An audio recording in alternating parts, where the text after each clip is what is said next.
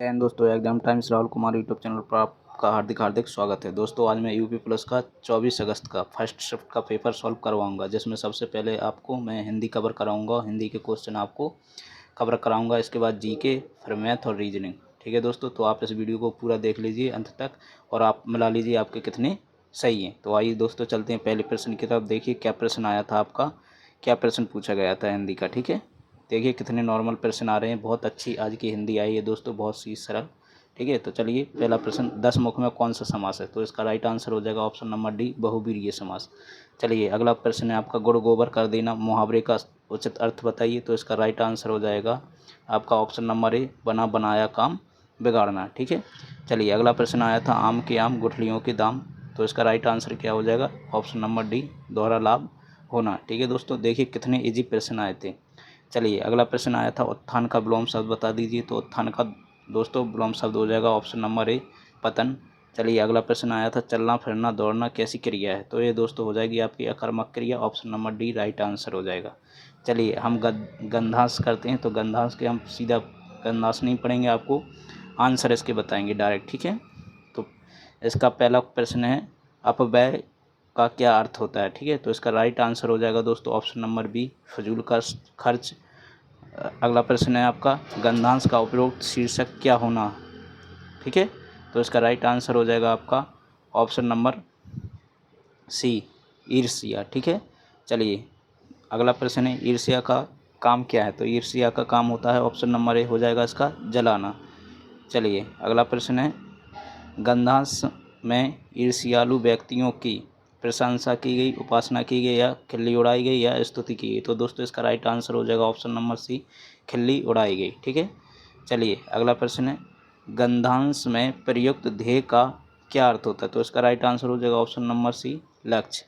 चलिए अगला प्रश्न है, करण कारण करण कारक किस वाक्य से है? तो इसका राइट आंसर हो जाएगा ऑप्शन नंबर ए दोस्तों, वह कलम से लिखता है। चलिए अगला प्रश्न है, औंटना और औंटना का अर्थ क्या होता है? तो इसका राइट आंसर हो जाएगा ऑप्शन नंबर डी, बनौली अलग करना और खौलाना। ठीक है, चलिए अगला प्रश्न आया था दोस्तों, निम्नलिखित में से अव्यय है? तो इसका राइट आंसर क्या हो जाएगा? ऑप्शन नंबर डी, आ है। चलिए अगला प्रश्न है दोस्तों, देखिए कितना नॉर्मल प्रश्न है, आंसू काव्य के रचनाकार कौन है? तो इसका राइट आंसर हो जाएगा option number D, Jaishankar Prasad. चलिए अगला प्रश्न, पीताम्बर में कौन सा समास है? तो इसका राइट आंसर हो जाएगा दोस्तों ऑप्शन नंबर बी, बहुव्रीहि। कई बार आपने पढ़ा होगा प्रश्न। ठीक है, चलिए अगला प्रश्न आया था, ये जो चिन्ह है प्रश्नवाचक, ये आपको सभी को पता होगा प्रश्नवाचक चिन्ह है। तो इसका राइट आंसर हो जाएगा ऑप्शन नंबर बी। चलिए अगला प्रश्न है दोस्तों, उत्पत्ति के आधार पर शब्दों के 4 भेद किए गए हैं, निम्नलिखित में से कौन सा भेद गलत है? तो इसका राइट आंसर हो जाएगा ऑप्शन नंबर डी, यौगिक। चलिए अगला प्रश्न है, तमड़ी के शब्द के लिए साहित्य अकादमी पुरस्कार किस रचनाकार को दिया था? तो इसका राइट आंसर हो जाएगा दोस्तों आपका option number C, Badri Narayan. ठीक है, option number C right answer. चलिए अगला प्रश्न है, निम्नलिखित में से एक अर्थ स्त्री है, तो इसका क्या होगा? तो इसका राइट आंसर हो जाएगा ऑप्शन नंबर सी, अंगजा। चलिए अगला प्रश्न है, निम्नलिखित में से वाक्य के शुद्ध रूप का चयन कीजिए। शुद्ध रूप का चयन करना, तो इसका राइट आंसर हो जाएगा आपका ऑप्शन नंबर वी, पिछले सोमवार को स्कूल बंद था। चलिए अगला प्रश्न है, निम्नलिखित वाक्यों में से कौन सा वाक्य शुद्ध है? तो इसका राइट आंसर हो जाएगा ऑप्शन नंबर बी, भाषा के मानकीकरण के लिए व्याकरण जरूरी है। चलिए अगला प्रश्न है दोस्तों, वृक्ष के पत्ते गिरते हैं, तो इसका राइट आंसर क्या हो जाएगा?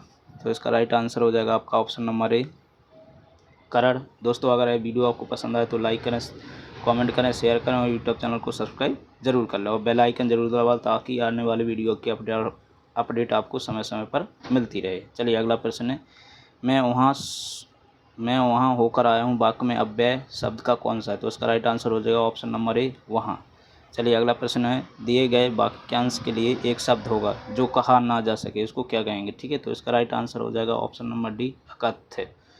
चलिए अगला प्रश्न है दोस्तों, क्रिया विशेषण के प्रकार और उनके उदाहरण निम्नलिखित में से कौन सा एकदम सही नहीं है? तो इसका राइट आंसर हो जाएगा ऑप्शन नंबर बी, ये आपका सही नहीं है, परिमाणवाचक क्रिया विशेषण शब्द बकाया ये सही है। ठीक है, तो ये आपको ध्यान रखना है। चलिए देखिए, कल भी पूछा गया था, इस गद्यांश में आया था बी रस का स्थायी भाव। ठीक है, तो इसमें भी आज भी आ गया, तो इसका राइट आंसर हो जाएगा ऑप्शन नंबर बी, उत्साह।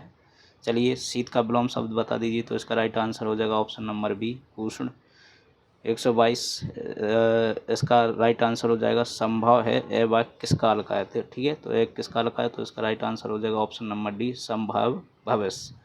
चलिए, अगला प्रश्न है दोस्तों, निम्नलिखित में से एक विशेषण शब्द है महत, महत है, लाघव, लघुता। तो इसका राइट आंसर हो जाएगा दोस्तों ऑप्शन नंबर बी, महत। दे नंदिनी का पर्याय निम्न में से होगा, क्या होगा इसका। तो इसका राइट आंसर हो जाएगा आपका ऑप्शन नंबर डी, दैनिकी हो जाएगा। चलिए, अगला प्रश्न है, स्वाक के नुपुर के रचयिता कौन है। तो इसका राइट आंसर हो जाएगा आपका option number D, Amritlal Nangal. ठीक है, राइट आंसर हो जाएगा आपका डी, आप मिला लीजिए और आप बताइए कमेंट में कितने आपके सही निकलते हैं। चलिए, अगला प्रश्न आया था, ऋसुति सम शब्द एवं गम की भिन्न अर्थ वाली सही जोड़ी को पहचानी। तो इसका राइट आंसर हो जाएगा ऑप्शन नंबर सी, कूल, कुल, कूल। ठीक है, चलिए, अगला प्रश्न है दोस्तों, श्रृंगार रस का स्थायी भाव बता दीजिए। तो इसका राइट आंसर हो जाएगा ऑप्शन नंबर सी, प्रेम। महान शब्द का स्त्रीलिंग क्या होगा। तो इसका राइट आंसर हो जाएगा महान शब्द का स्त्रीलिंग, तो इसका हो जाएगा महती। ठीक है, राइट आंसर हो जाएगा महती। चलिए, अगला प्रश्न है दोस्तों, 2013 में मिलजुल मन उपन्यास के लिए साहित्य अकादमी पुरस्कार किसे दिया गया था। तो इसका राइट आंसर हो जाएगा ऑप्शन नंबर डी, मरुदुल्लाह गर्ग को। ठीक है, चलिए, अगला प्रश्न है, निम्नलिखित में से कौन सा वर्ड महाप्राण का उदाहरण है। तो इसका राइट आंसर हो जाएगा आपका ऑप्शन नंबर बी, भा। ठीक है, चलिए, और लास्ट प्रश्न है, निम्नलिखित में से कौन सा शब्द तत्सम है। तो इसका राइट आंसर हो जाएगा आपका ऑप्शन नंबर सी, अग्र। ठीक है दोस्तों, ये थे आपके हिंदी के क्वेश्चन जो मैंने सॉल्व कराए हैं। अगर यह वीडियो आपको पसंद आया तो लाइक शेयर कमेंट करें, यूट्यूब चैनल को सब्सक्राइब जरूर कर लें। अगर दोस्तों इस वीडियो में कोई क्वेश्चन अगर गलती से भूल गया है, ध्यान नहीं दिया होगा, तो उसके लिए माफ़ी चाहता हूँ। इसी के साथ दोस्तों, जय हिंद।